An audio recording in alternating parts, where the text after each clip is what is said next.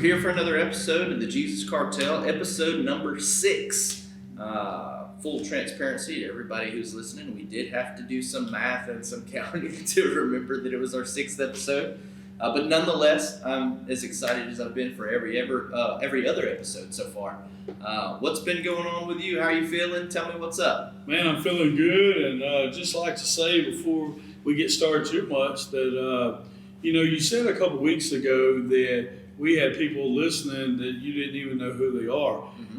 I think as of right now, we probably got more people listening that we don't know who they are than the people we know who they are. Now, we do have a great base and great support system here, but every time I get on and start looking, there's a lot of names and stuff that I don't recognize. But, hey, we appreciate each and every one of our viewers for the past 5 episodes and for this one and for the ones to come. We're glad that you're enjoying these episodes. You're the reason why we do them. We want to talk about things that you want to hear about. Andrew, you put a post out that we needed some topics to talk about, and tell me how that went. Man, it went fantastic. And so, occasionally I think that we need to do that. We need to just put a post out asking for questions because, I think the mindset of a lot of people is that they got enough going on. I'm sure there's enough questions and stuff for them to address. But the deal is we can never have too much by way of topic. Not to mention, if a topic is asked more than one time by, multiple people, we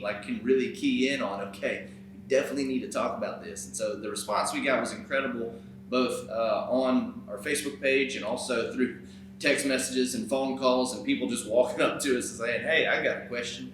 And so that's really exciting, and we appreciate y'all's participation in that and the kind words, man. There's been so many times that I see people sharing the podcast on Facebook or different, social media platforms and stuff, and they're just being unbelievably kind to us.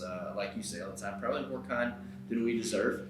But man, it's so honoring to hear that. And then Stephen Richard, who's a good friend of yours and mine, he had shared something, and somebody said something like, "Tell me more about it." And man, he just went all in on just really sharing his heart about it, and I thought that was really, really cool.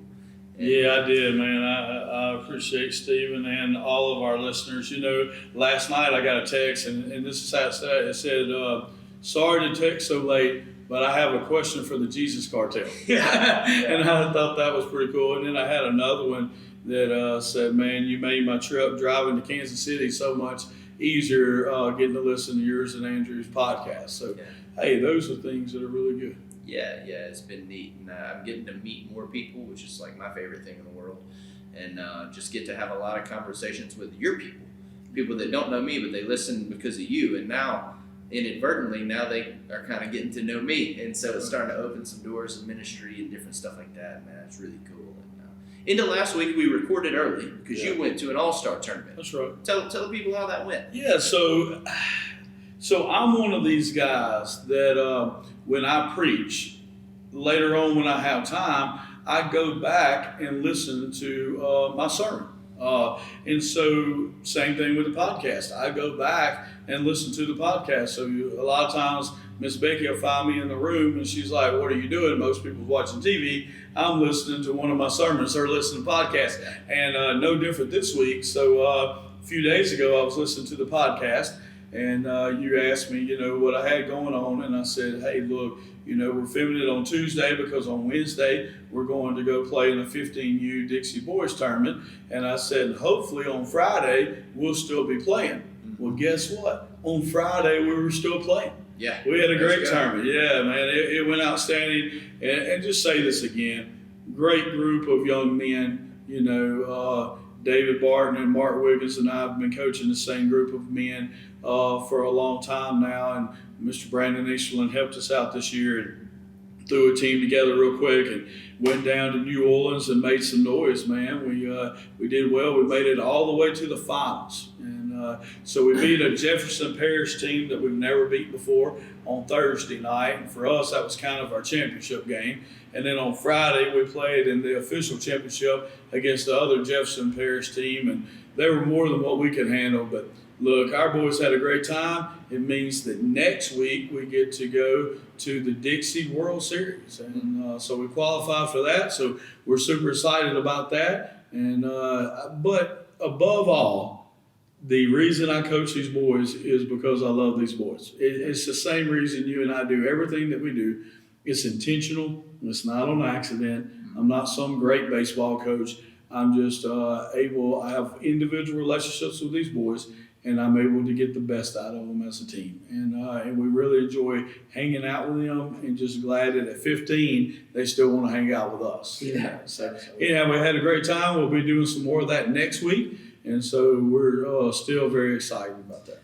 Yeah, and a lot of those young men come to our church, and they didn't always, and so that's just part of pouring into people everywhere you are, and that's why the call, and we still should be intentional about when we go, but also in the places that you just happen to be, you should be intentional there too, and that intentionality has resulted in a lot of students and stuff coming to our church and remaining at our church, just the intentionality of our people, and I love to see that. Love to see it. So. Yeah, we moved from Winsboro to Alto to the Mangum area 10 years ago.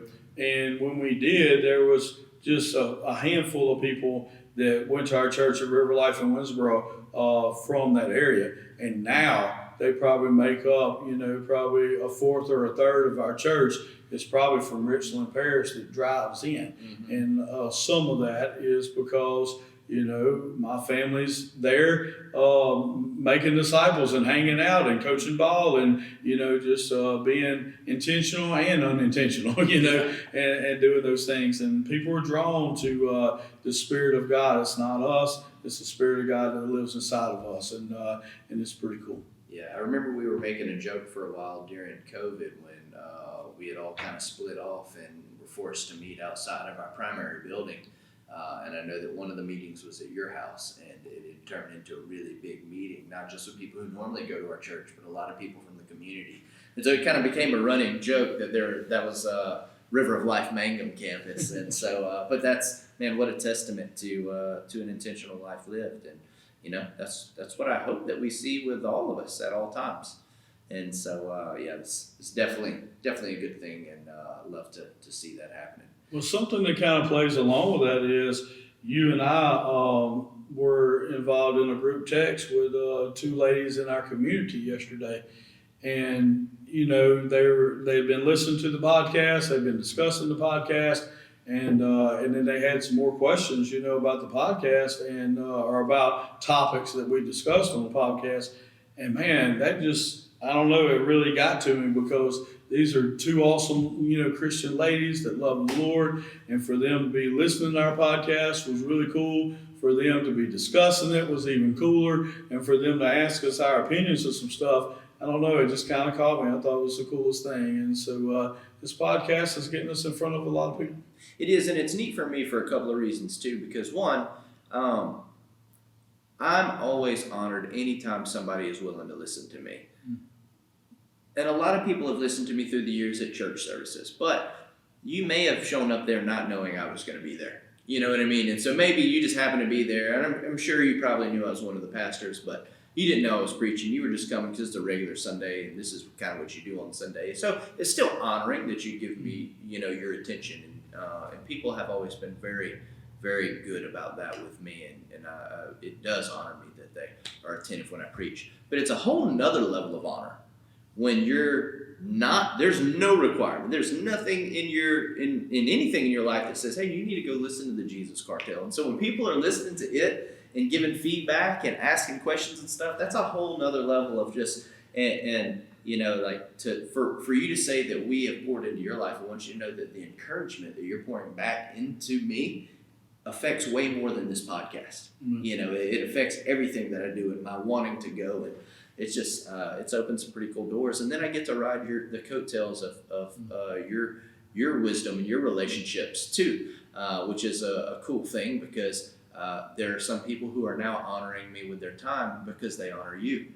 And it's giving me influence with people I wouldn't normally have influence with because I'm younger than a lot of your people. I mean, you're older than me, so you have these relationships a lot longer. And so, a 50-year-old man or a 60-year-old or a 40-year-old that normally wouldn't give me the time of day speaking to their life about marriage is now listening to my thoughts and opinions on marriage and is able to receive in a way that they wouldn't have received normally because of the influence and impact you've had on them. And it's just really cool to kind of be able to reap the rewards of each other's circles.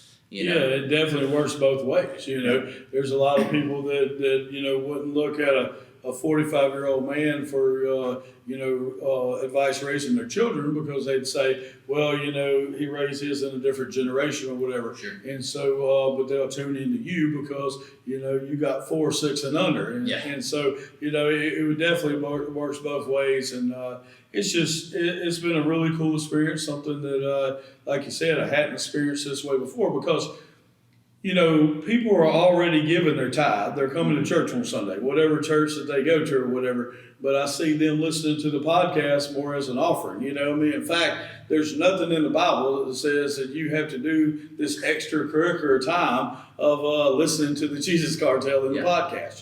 But they're doing it, and so it's pretty cool. Yeah. So I want to say, we've been doing this Get to Know You segment, which is one of my favorite things to do with you during the week, just because, we get to laugh and joke all the time. But it kind of gives us the opportunity to ask some silly questions, or some questions that you and I just don't normally talk about. Because I guess we're past the basic friendship stage, well past the basic friendship stage. But we never really asked a lot of these questions to each other because of the way we got to know each other was so unique. And so, man, I got a question for you. Okay. Get to know Clay. My question is, Clay Russell is driving down the road in his truck. I'm going to, for this analogy, we're going to say you're not on the phone doing business, because every time I'm in the car with Clay, Clay's handling business. But let's say you just got some leisure drive time. What is Clay listening to? Okay, so... I can't just answer a question. I have to give you the preface here. So it changed on January the 1st. All right. So starting January the 1st of this year, Miss Becky and I decided to read or listen to the entire Bible in a year. We decided to do it chronologically, which that was Miss Becky's decision, and that's been a great deal, because I didn't, really realize how everything added up chronologically in the Bible. I just start on the left and go to the right. But this Bible app has, showed us some different things there. That's been great. And so what we've decided to do, we've never done this before. I would recommend it because it's gone great. But we got on the Bible app on our, on our phone. We chose when it went chronologically. And Laura Lee Cobble is who the host is.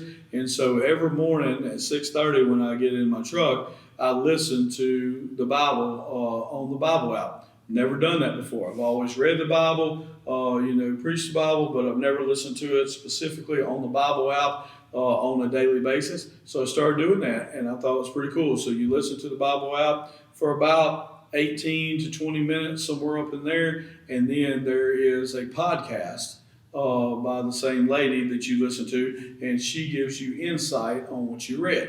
So if you catch me in the morning time, I'm gonna be listening to the Bible the entire time. If you call me during that time when I'm driving to Alto to Winsboro, I won't answer it. If you text me, I won't answer it. Not because I'm holier than thou, but because it messes up my Bible app. It goes back to the beginning, and I have to do it all over again. So every morning from 6:30 to 6:50, 6:55, I'm listening to the Bible app or listening to the podcast. Now, when I get in my vehicle after that, it's Spirit 63. On Sirius Radio, I'm listening to Christian contemporary music. When I'm in the shower, I'm listening to Pandora Christian praise and worship music. And if I'm with my kids, I'm usually listening to whatever they want to listen to, or that's what's on in the truck. But in the morning time, I really have. I used to use that time to talk on the phone and to get the day started, but I quit doing that, replaced it with the Bible, and it's been great for my life. Man, that is neat. So I can't answer a question too simple, but that's what it is.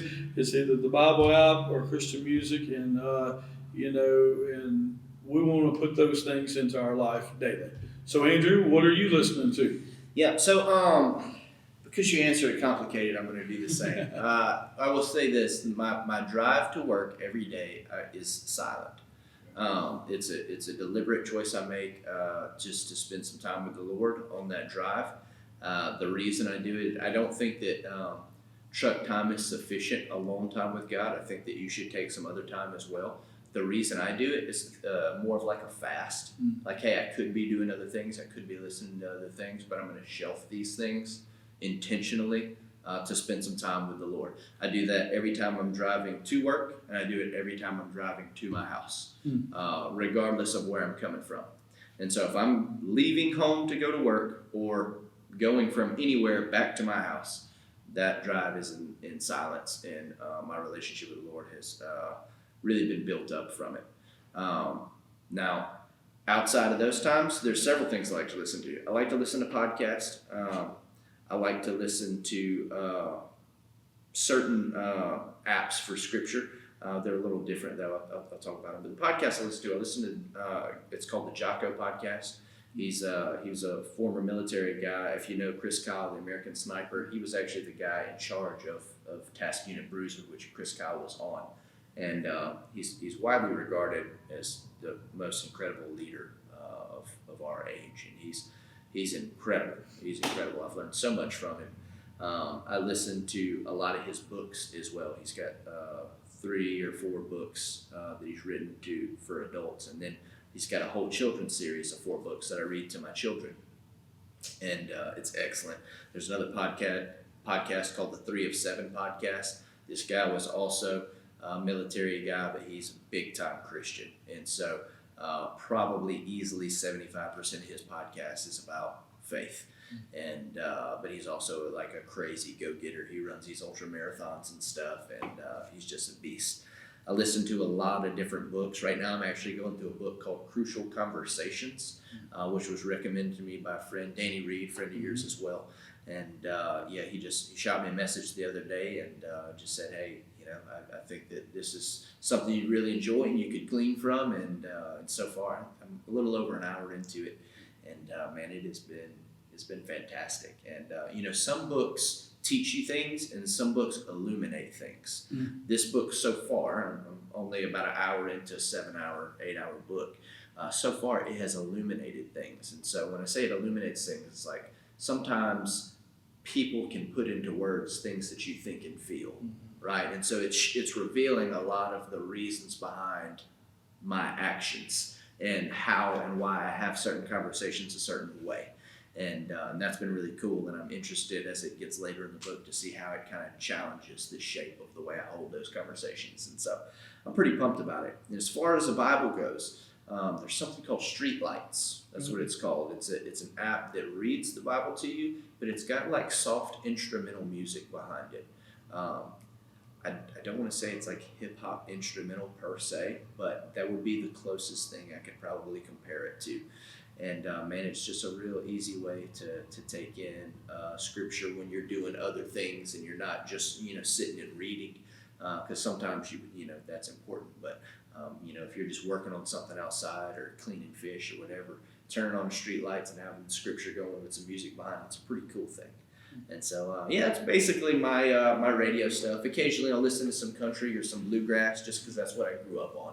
But for the most part, that's what I'm listening to. Gotcha. So we did have a lot of people ask questions and or give us topics and everything for episodes of the Jesus Cartel. Are we going to do one of those today? Yeah, we're actually going to do 2. We're actually going to do 2. We're going to change it up a little bit. And I don't guess I really have to have a reason. We can do whatever we want. It's our podcast. But no, the reason I wanted to do 2 is because one of the questions, it pertains to a former podcast that we did. They asked us a follow-up. Okay. And man, I think it would just be, absurd for us not to address a good follow-up question. It was actually a 2-parter. And the first part was they were asking, because we did the whole thing on self-assessment, controlling your emotions, stuff like that. And they said, well, what does self-assessment look like? That was the first part of that 2-part question.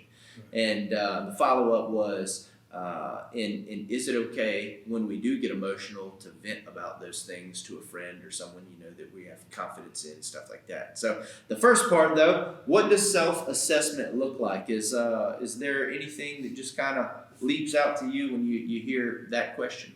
Yeah, we talked a lot about in that episode. I can't remember if it was the second or third episode, but we talked a lot in that episode about, just mentioning self-assessment. Mhm. But yeah, let's get a little bit more specific about that. I think the self-assessment can be as specific as you want. In fact, I think that, we've taught on it before and preached on it before.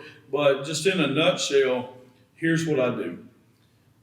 I find an area of my life. I try to get as specific as possible. Find an area of my life and decide, hey, I'm going to look into this area of my life.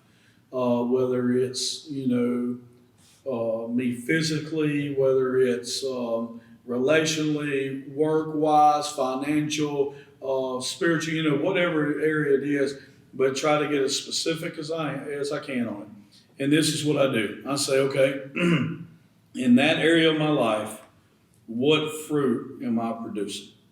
Because you're going to be producing fruit no matter if you realize it or not. Good fruit, bad fruit, lots of fruit, little fruit, whatever, but you're going to be producing fruit. So in this area of my life, what kind of fruit am I producing and at what level?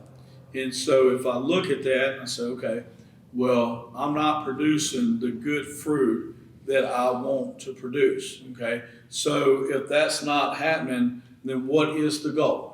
So what is the goal in that area? So if I'm not happy with myself physically, if I'm not happy with myself, I don't want to say not happy, but if I'm not satisfied in that area, and I say, okay, so I'm growing fruit, but it's not the kind of fruit that I want to grow. So what is the goal? I want to look like this. I want it to be like this. What's the goal? And then how do we get there? Okay, so that's what I look at. Get as specific as possible. This is the area that we're looking into. Now, what kind of fruit am I producing in this area? What is the goal? And then how do we get to that goal? Because I don't have to ask myself if I'm willing to do it. I'm always willing to do it. I wouldn't self-assess if I wasn't willing to do what it takes to get there, right? And because this is what we want to accomplish. So, in a nutshell, that's kind of the way I do it. Now, when I say specific area, I really mean that. Get as specific as you can, because you don't want to all of a sudden feel all down on yourself just because there's one area where you could produce more fruit. So you need to realize, hey, this is just one area. That's why we're working on one specific area right now. And then let's self-assess, see where we are, see where we need to be, and now how are we going to get there? But like I said, that's why it's got to be specific, because we don't want to be just feeling bad about ourselves because there's one area where we need to get better. Yeah, absolutely. There's I preached a sermon on this. I know that you remember this was earlier this year. Unfortunately, I'm not positive. I'm going to double check. But unfortunately, I'm pretty sure it was one of the times that our internet was down. We have a lot of trouble with our internet around Winsboro. And it had just completely shut off. So we weren't able to live stream that message. But I am going to try to find it, because I broke it down and went into it for an entire hour. Right. Literal specific questions you can ask yourself to do self-assessments. And I don't want to do that whole thing again here, just because I think it might be a little bit overkill for most people. But I will say this. Here's some things that you can ask yourself that would really probably simplify this. First is this: what kind of person am I? What kind of person am I? Not how do you feel like you are. What kind of person actually are you according to the Word of God? You gotta answer that question first. Second question: who are they? Who are they? Not who do you think they are, not how do you feel like they might be. According to the Word of God, who are they? All right? Now you got the answer to two really important questions. Third question: what happened or is happening? Right? What is the situation? Don't include your feelings or anything else in the situation. Just what are the bare bones facts of what has happened, what event occurred, or what event is currently occurring. And the last question is this: what should a person like me do in a situation like this? Right? Not based on your feelings, not based on the emotions. All of these just you got to learn. It's like we were talking about. You got to learn to look at yourself in an unbiased fashion. And That's what's going to help you get specific in areas. You get in a specific area, say fitness, because you mentioned it. The question is this: should I be further along than I am? Right? If you answer that in a biased way, you'll sit in your comfort and complacency your whole life. You got to be able to be honest with yourself. And the answer to the question, even for me, who spends a lot of time on my fitness, is I should definitely be further along than I am. There are some clear concessions that I've made over the years in the way that I eat at times, and in some decisions that I made to lay off in certain areas of stuff that have affected the way that things turned out. Does that mean I'm unhappy with how I am, who I am? Not at all. And that's something that I think that comes easier to me than it does a lot of people, because it's like you were alluding to. Sometimes self-assessment leads to like self-hate, Right. and that's not good. That's not good at all. But I could literally like realize that I'm blowing the biggest thing in my entire, like my marriage, and I'm just ruining it. And I'll literally recognize it. I'll take an unbiased look at myself. I'm like, man, you're blowing this. And I'll go, all right, I'm not gonna do that anymore. And I'm cool. Like there's nothing about me that's like kicking myself or my head's down. I'm like, God, I can't believe I did that. Like I'm done. It's past. It's done. And when I'm done with it, I'm done. I'm all the way done with it. So you have to be able to do that, because you can't move forward if your head's down. You got to keep your eyes up. And so, having if that's not something you're very good at, having an honest friend that loves you can be very helpful. But they have to love you. If they don't love you, it's not good. But having an honest friend that loves you helps a lot with self-evaluation. If it's something you struggle with, just because I feel like I could honestly ask you whatever about me, and that you would, in love and respect, give me an honest answer. It's like, hey, how am I doing at work? I think you tell me, whether it was good, bad, or ugly. I think that you tell me as honestly as needed. And so that can be helpful too when it comes to self-assessment. So I was that's kind of where I was going to go, because that was the second, or the part B to the first question they asked. Sure. Was, do you, solicit the opinions of others to help you in this process? And that can be the worst thing in the world, or it can be a great tool. Yeah. And like you said, somebody that loves you, it's got to be your go-to there. And so, but I also want to caution both sides, okay? So first off, you have to be honest with yourself before you can be honest with other people. Yeah. And so that's why self-assessment, self-evaluations are so important, so that you can be honest with yourself. But sometimes it does help to have somebody that you trust that loves you to help you be honest with yourself. Yeah. So that you can be honest with others. But, the other side of it is, I remember, this example here, to where a great friend of mine working in the ministry, and she asked somebody else that was also a good friend, or a great friend that was also in the ministry, their opinion of one of her talents. Mm-hmm. And he gave her his opinion of her talent, and because of that, she didn't use that talent in that way anymore. And where he gave her his opinion, I guess professionally, there is a spiritual nature that God gave her that talent. Yeah. And other people really enjoyed her using that talent. And so I kind of wish she would have never asked him, because she didn't use it in that way, So there's also the side of, hey, when you give your life to Christ, you have the Spirit of the living Lord on the inside of you, and it's the same Spirit that raised Jesus from the dead, and God's going to show you these things. But He also brings friends and people that can help you with that process. So we just have to be careful, like we said, on both sides. What we don't want to do is say, well, because it can be a little complicated, we don't need to self-assess. No, we do need to self-evaluate, self-assess, look at where we are, look at where we can be. And if that requires having a buddy or a friend that loves you to help you with some of that, hey, that's good too. Yeah. The other thing is like I've always found it shocking how quickly people will quit things that aren't natural to them. Like that, a perfect example. is I'm in no way, shape, or form a musician. I would never be accused of being called a musician by musicians. You know what I mean? 'Cause I'm not even in danger of that. I'm also not a singer. People who sing would not call me a singer. But you know what I do a lot of?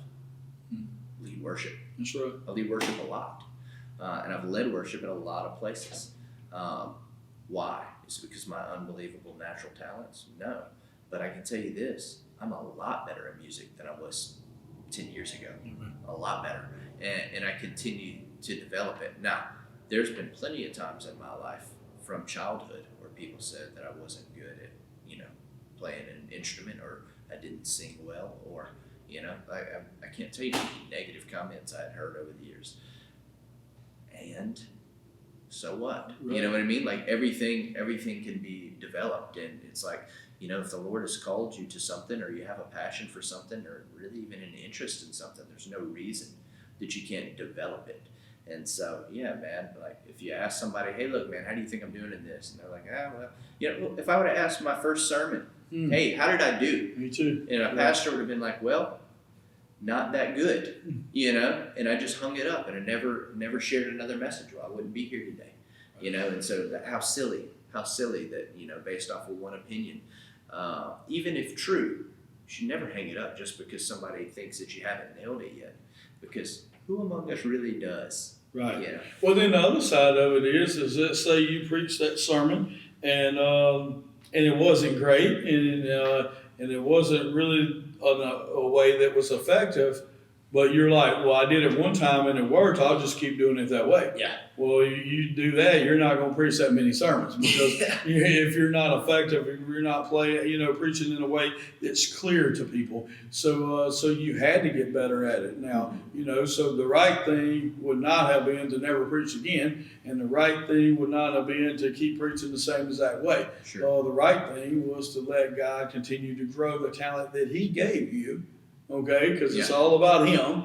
He gave it to you. The right thing was to grow that, cultivate that, and we keep moving forward. But that's one thing that I really think that we do great at the River of Life, and it starts with Brother Dave on down, is he is able to recognize talents in people, recognize the gifts and abilities that God has given, and then help cultivate that disciple, and then put you to work, doing those things. And if that means that you stumble a little bit along the way, or you have a few issues, so what? It is what it is. God gave you those talents, and we're going to be able to move forward to that. And I would like to think that I'm a lot better preacher than the first time I preached in 2012 or whenever it was, because God's developing that in us. But guess what? Brother Dave trusted me then, and he trusted me now.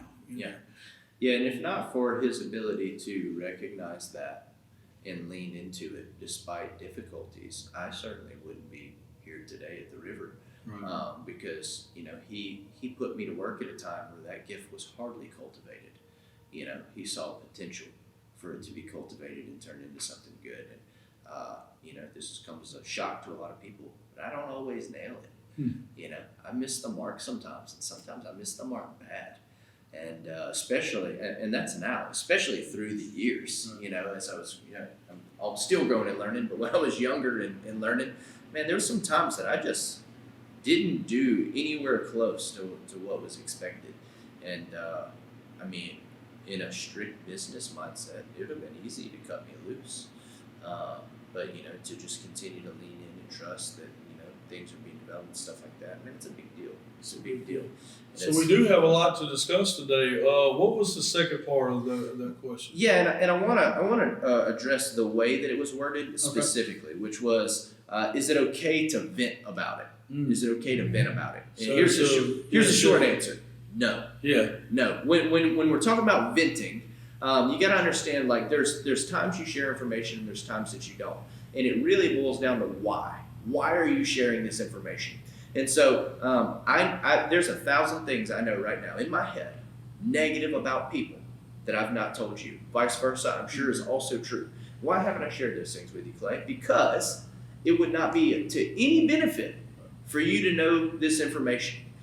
All it would do, the best, really not best case scenario, only case scenario is it changes the way that you see that person. because it's some new negative information that you didn't have before. Now you offer nothing in terms of the solution. It's the reason we haven't talked about it. If I thought that there was something that you could offer in terms of a solution, that's when we talk. But we talk to seek that purpose. It's not, oh man, I'm going to tell Clay this, and well, maybe he'll have something. No. There's no maybes. It's a, hey, look, this is a situation I've dealt with before. I've seen Clay handle this well. I guarantee that Clay would be able to offer a solution or some help in this area, so I'm going to decide to share this with Clay.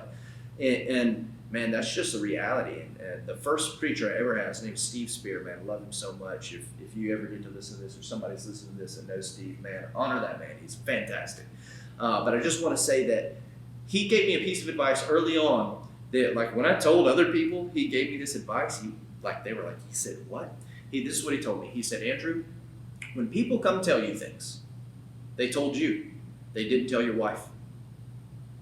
And when you say that to people, they're like, oh my gosh, you would keep things from your wife? Yes, I would keep things from my wife. I absolutely would keep things from my wife. Not things that are pertinent to her that she needs to know for her safety or benefit or spiritual, anything. But random example. Let's say a man is struggling with lust. And he comes and tells me, he's like, man, every time I'm at church, when all these beautiful women are walking around the church, man, my mind just goes to like racing about these things. Is that something that would benefit my wife for her to know? Absolutely not. It would be to no benefit to her. The only thing it would do would be alter the way that she sees this guy in a way that she might not be able to see him as the way that God created him.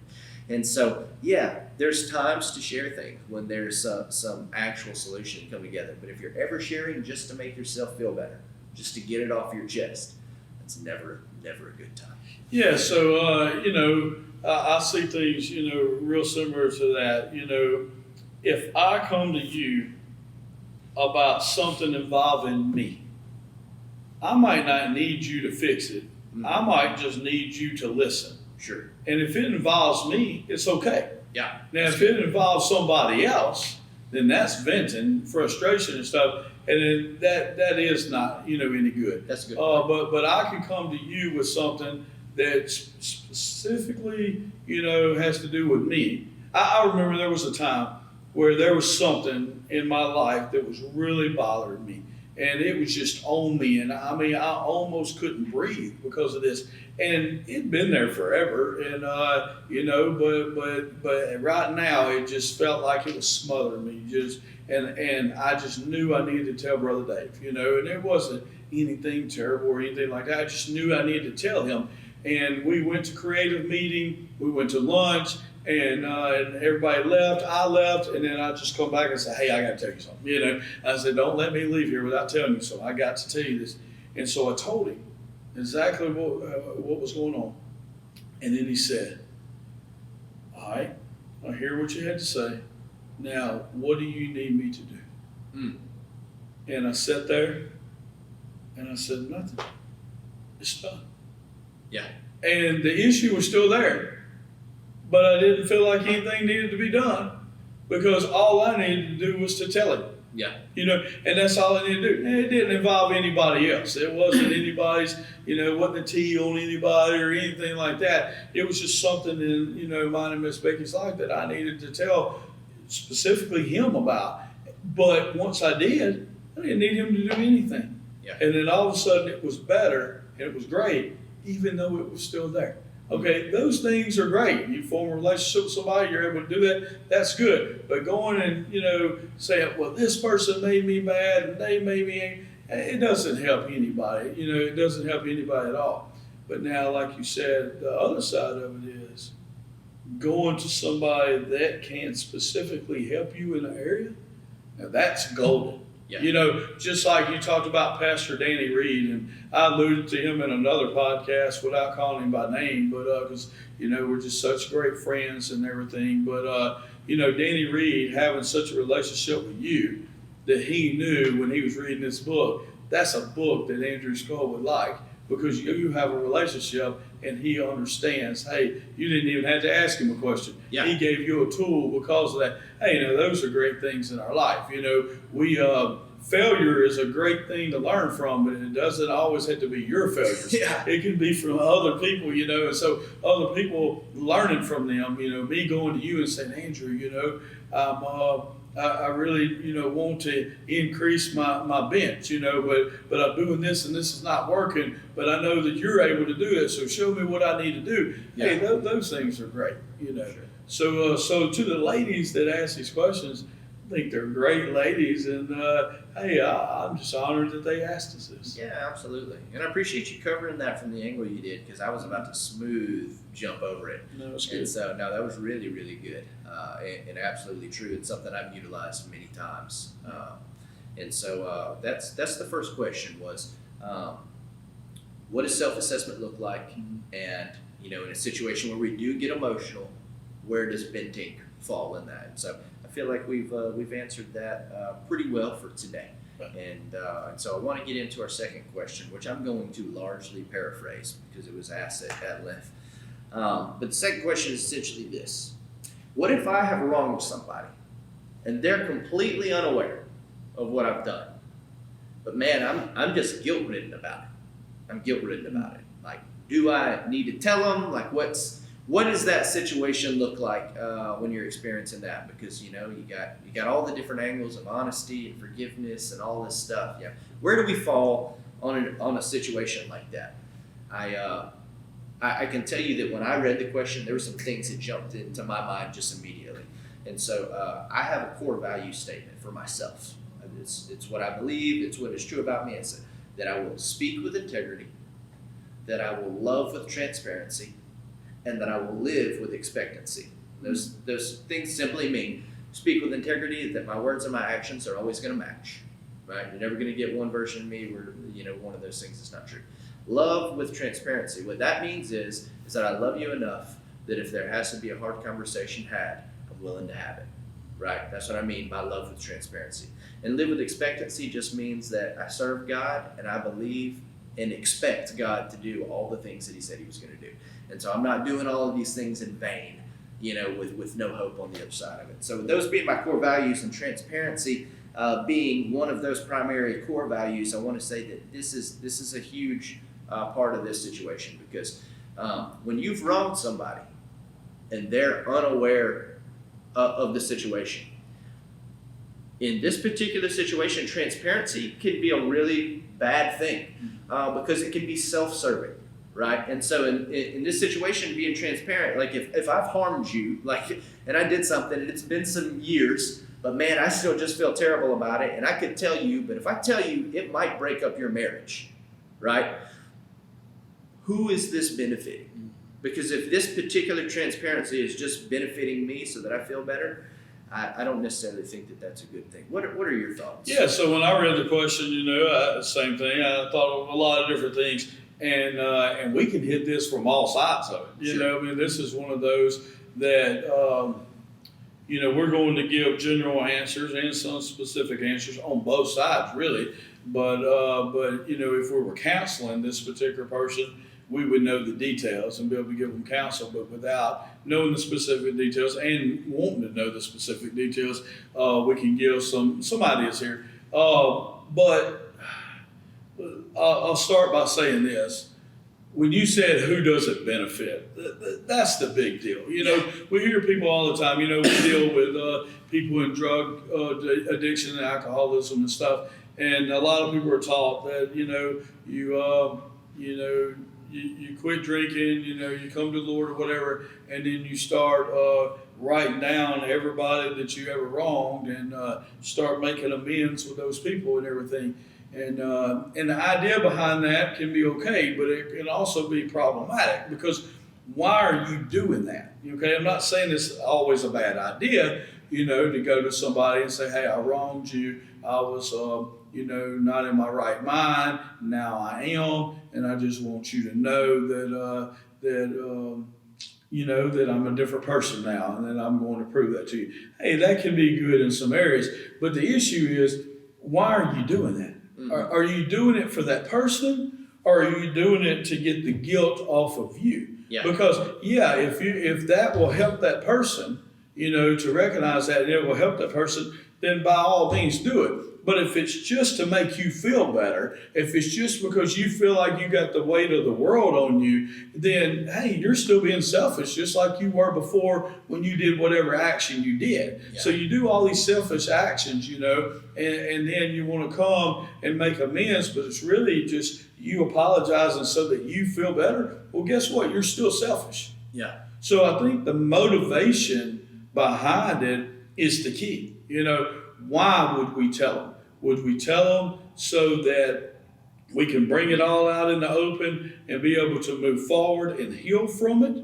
Or are we telling them this so that we'll just feel better and try to clear our conscience? Because if it's not going to benefit them, and somebody came to me in counseling and they asked me this specific question, if it's not going to benefit the other person, and all it's going to do is benefit the person that's doing the telling that did the wrong, I would tell the person, hey, instead of confessing it to them, why don't you confess it to God?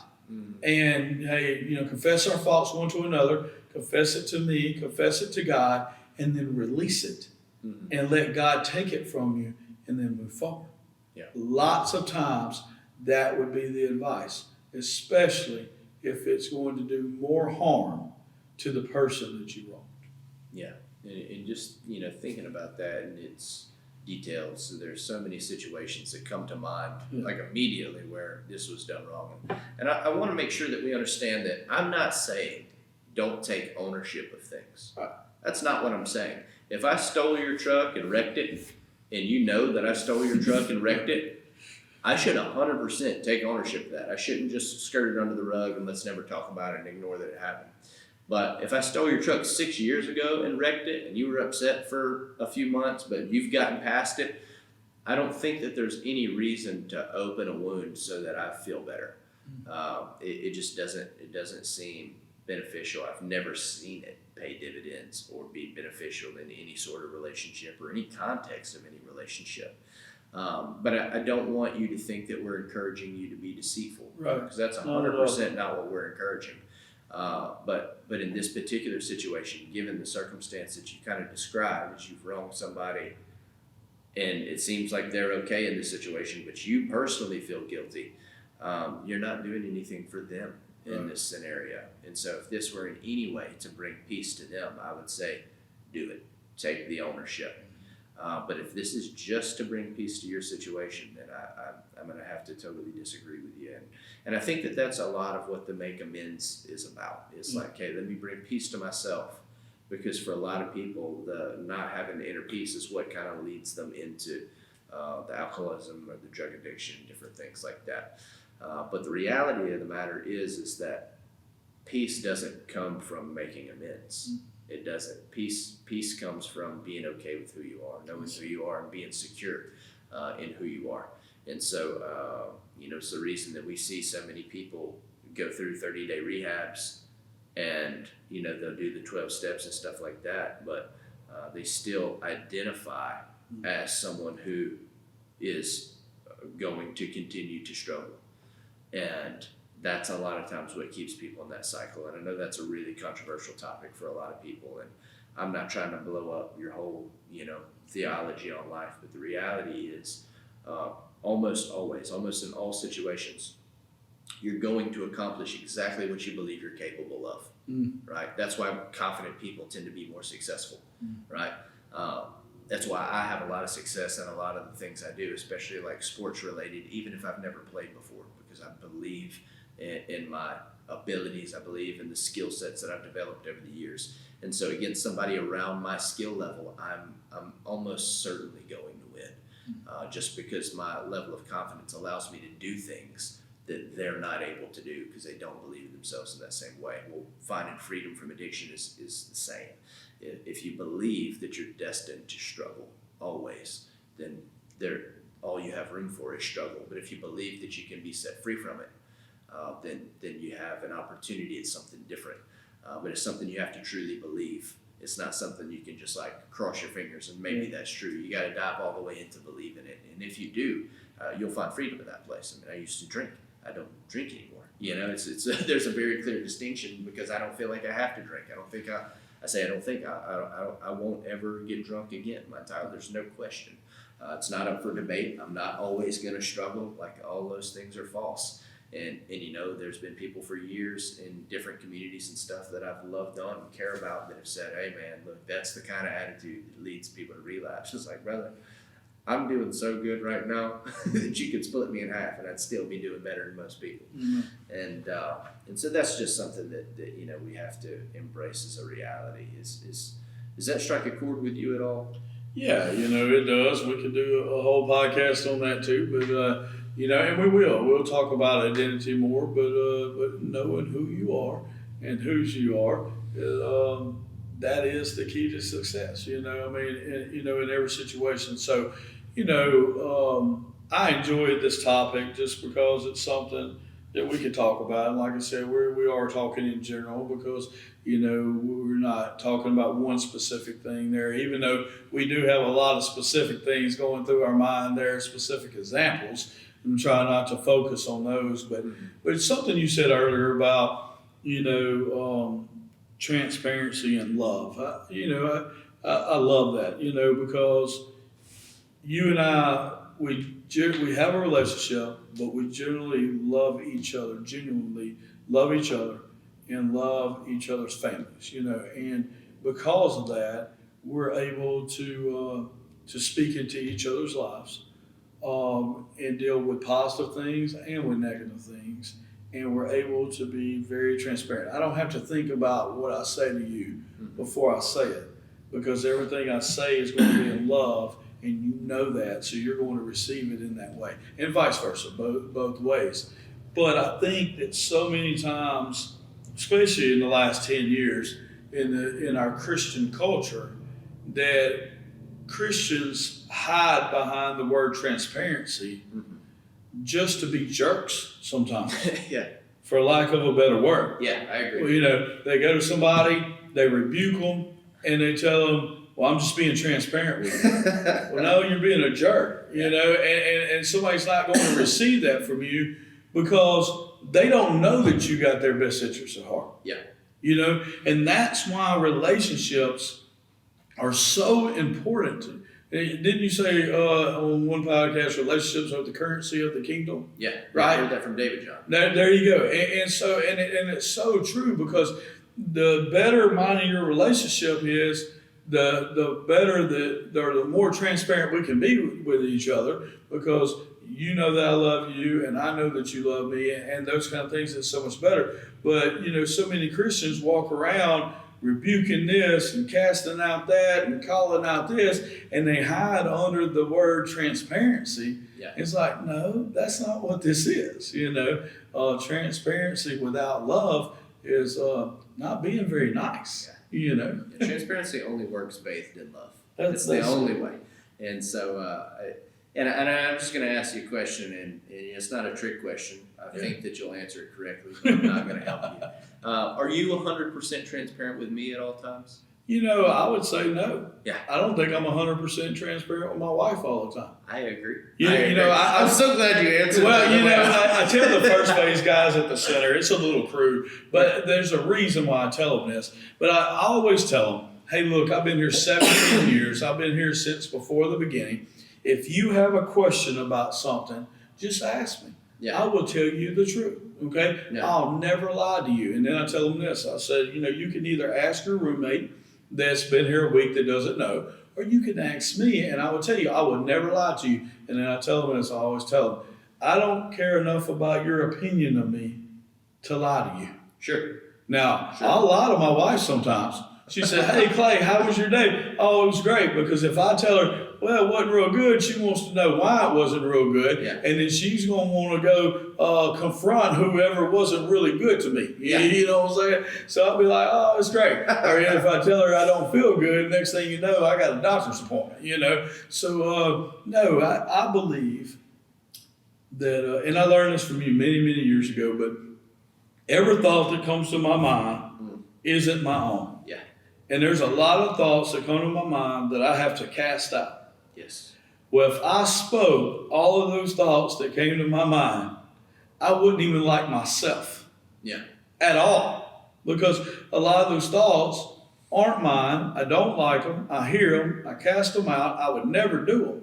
Well, if I was just 100% transparent with Miss Becky and told her everything that I was thinking, even if I didn't cast it out, and I really thought that right now, and evaluate that thought, and I really thought it right now. But guess what? We've been together for 27 years. Yeah.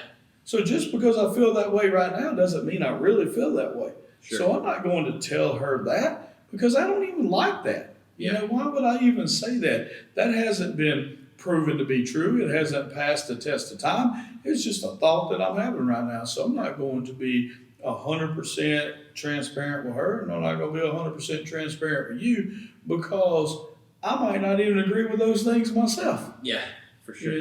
And even if I do right now, I may not tomorrow.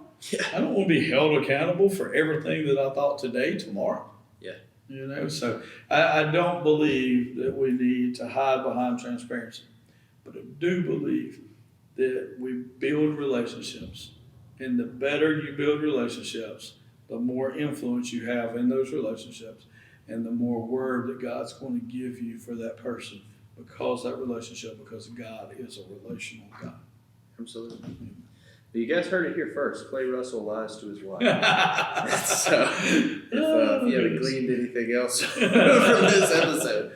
No, and you're 100% right. And I'm glad you said no when I asked if you were completely transparent with me, because you're not, and you shouldn't be. Right. What does full transparency look like from another person to me?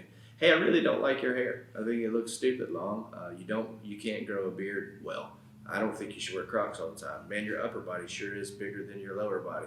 There's 1,000 things. What does it matter what I think? Yeah, there's 1,000 things that a lot of people probably think about me through the day that would benefit me zero to hear them share, And so is transparency across the board at all times a good thing? I'd say no. I think it would, luckily I'm in a place where I don't care what other people think, but man, I'm just, honestly, most people are not like that. And so 100% transparency could crush a lot of spirits. And so, bathe it in love. If you've got something to say, it needs to be because you love this person and what you're saying is going to be to their benefit. And it also needs to be because you think that whatever you're assuming can be changed actually can be, right? And so if they're in a situation that they're struggling with or something like that, and you just, hey, look, man, I love this person. He's being rude right now, and so I'm going to cut him down right here in front of God and everybody. That's not bathed in love. There's some love there because you love the person, but if you love them well, that's a conversation probably to pull them aside for, unless they're assaulting the associate at Walmart or something like that, then jump in. But for the most part, it's everything we do is for other people. Your life is not your own. Your life is not about you. All of these things are lies from the enemy, that life is about you and find your happy place and store up your own treasures. That all of that is a lie from the enemy. Your life's not about you. Mm-hmm. You were purchased with a price. You don't belong to you. Mm-hmm. And so you got to start looking at life through that lens. Yeah, I hear people sometimes they say, well, I just had to say something. No, you didn't. No, you didn't. you chose to say something, you know, and who did it benefit? You? Yeah. I mean, is that what we're really about? Trying to benefit us? And I think that's something that people are really starting to learn from us about this podcast is that we understand it's not about us. Yeah. I mean, there's nothing that in my life where I needed to do a podcast. We're doing this because we want to see other people reach their full potential in Christ and get closer to God. That's the reason, and see people make disciples. I mean, it's all about, it's not about us. It's about other people. So it's really cool. Yeah. A lot of times transparency, not bathed in love, is the reason that people won't come to your church because of the hypocrites. Right. And so it's like, man, that person talked to me sideways or whatever. It's like, even in our own church, I know there's been times where I've invited people to church and they're like, oh, such and such goes to your church. No thanks. And they'll reference a situation where somebody said something that they did not have to say. There was no reason. It wasn't to anyone's benefit. It was true. It was not to anybody's benefit for it to be said there, and now they won't even come to our church because of it. And I know that happens in a lot more places than just here. And so, you be careful because everything you do does affect the kingdom. And so, good, bad, or ugly. And so it does affect the kingdom. But, man, that's it for me. You got anything else? No, man, I've enjoyed it, had a great time. I thought the questions were great, and we can't say it enough. You're the reason why we're doing this. Yeah. So you giving us questions, you giving us topics is really like the coolest thing to us. And I know I've said that before, Andrew said it, but it really means a lot to us. It means a lot to this podcast. Hey, if you're enjoying Jesus Cartel on YouTube, Apple Podcast, or Spotify, let your friends know. Hey, don't just have it for yourself and learn everything you can learn from Clay and Andrew, but no, give it to other people, share it out, let them know, what's going on, tell them about this cool new podcast, and hey, we're enjoying doing it, and my whole deal is, if we're going to do it, we might as well let as many people as possible enjoy it too. So. Yep. Leave us a comment on YouTube or the Facebook page, or send us a text message, Facebook message, whatever. Keep asking your questions, man. Keep asking them. We love you guys. Right. See y'all next time.